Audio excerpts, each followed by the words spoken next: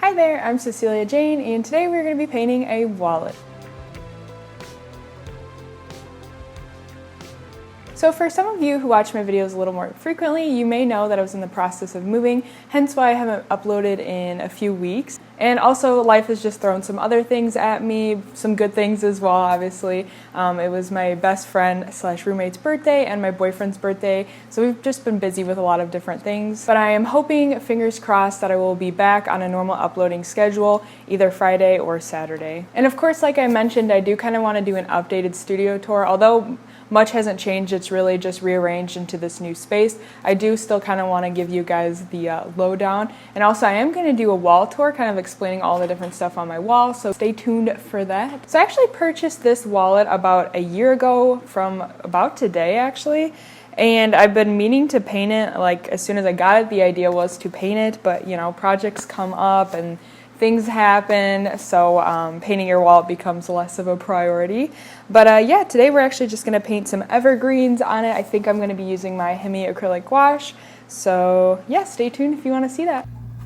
Okay guys, so here is the wallet that I plan on painting, and like I've said, I've had this for about a year and have been using it, so it does have some wear and tear. Like right here, it's a little ripped, which I could sew that back together pretty easily, but honestly it works just fine the way it is, so why create another project for myself, right? So yeah, I think I just got it for like 12-15 bucks or something like that from Target, and like I said, I did get it about a year ago.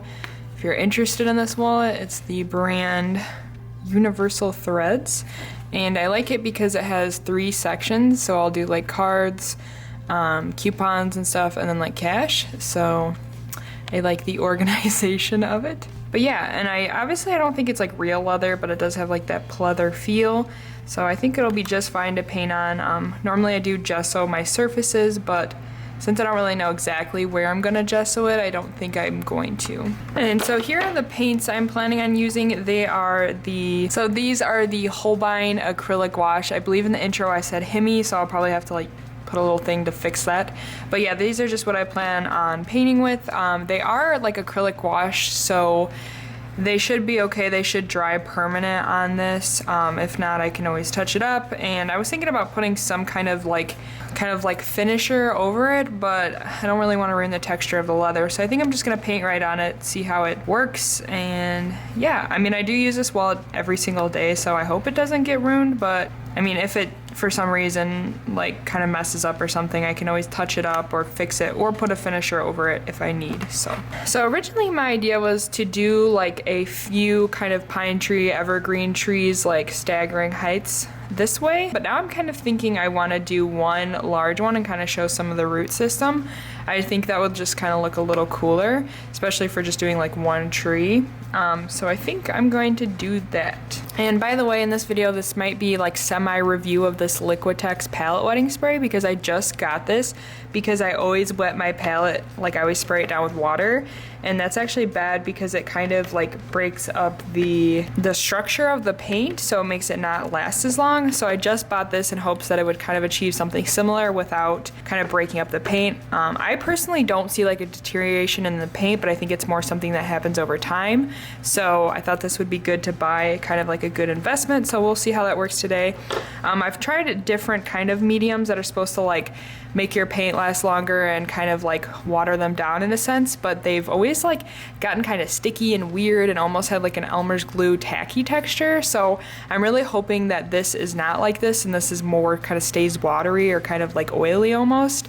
So we'll kind of see about that, and I'll let you guys know what I think about that. Okay, so I think I'm gonna do more of kind of like, I think it's called like a birch, but like a lighter wood, just so that it kind of stands out against this like kind of warm brown. So I think I'm just gonna start kind of with the tree trunks and the roots and some of the branches. All right, so I'm actually just gonna spray my palette because I laid down a few colors. So far it kind of sprays out like the way it looks, a little milky, not completely transparent, but I'm sure it does dry pretty transparent. Kind of just wanted to put a base line for the trunk. So I think I'm just gonna go from there and start putting some paint down. So I want my tree to kind of have that jagged appearance, so I'm not gonna do this exactly straight. And it seems like this is going on the wallet just fine. It's not like beating up or anything, so that's good. I'm gonna go in there and kind of add some texture and variation. So far I'm really liking this palette wetting spray because it's kind of staying in its watery state. It's not really drying up. So the reason I normally add water to my paint is just to thin it down. When your paint is thinner, it's a lot easier to get detail because you can get your brush to kind of like a finer point and such. So that's why I normally use like water. But so far, like I said, I am really quite enjoying this medium. And instead of like dipping my brush into water to get it more like watery, I am dipping into the palette spray that's kind of left over on the palette. I like it so far. It seems like a good alternative. It was like 15 bucks, so not super cheap, but you know, if you're trying to sell like quality paintings and, you know, doing commissions and stuff, you want to invest in materials that'll make your paintings and stuff last. So as you guys can see, I kind of just made a little mistake. So I'm just gonna wipe that off with a Q-tip and some saliva. Yeah, already I can tell you that this palette spray is not drying as fast as the other stuff I tried. I'll put a picture on the screen of the other stuff I tried, but it was like a gloss medium gel, and like I mentioned, I just found that it kind of dried down to like almost like a tacky Elmer's glue or something. Okay, so that's kind of what I wanted for roots. Now I'm just going to go a little bit darker and we can start on some of the branches. Of course, a lot of the branches are going to be covered up by the leaves. Some will definitely still show through, so that's why I'm making sure that I'm including those. Okay, so I just added in all the branches I want to add in. So I'm gonna go in and add the kind of leaves and pine needles and everything.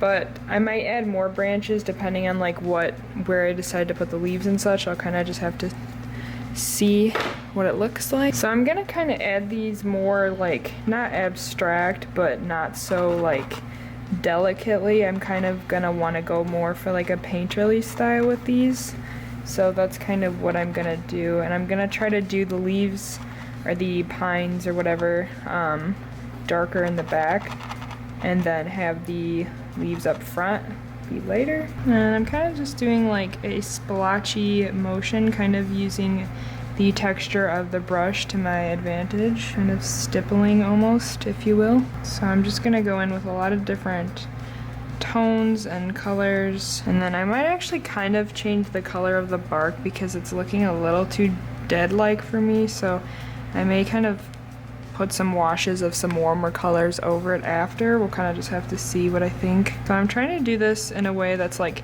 semi-random but also thought out. So a thought out randomness, if that makes sense. Like, you don't want too many close together, but then you don't want it too evenly spread out, and then it doesn't look like natural.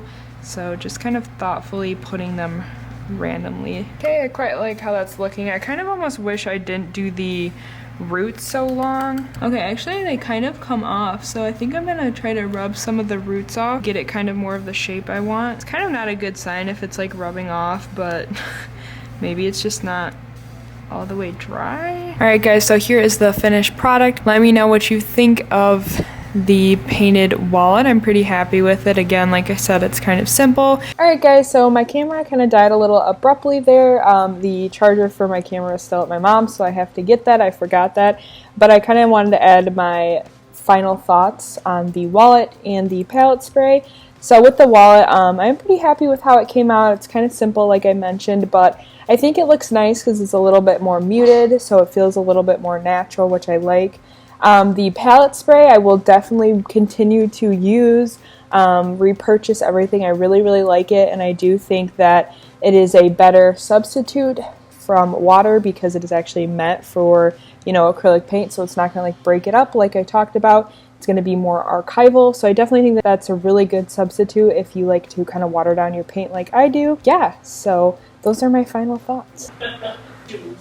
1,000 followers. Yeah, exactly. Alright guys, thank you so much for watching. I hope you enjoyed the video. Please let me know your thoughts down below and if you've ever painted your wall and what you've painted on it.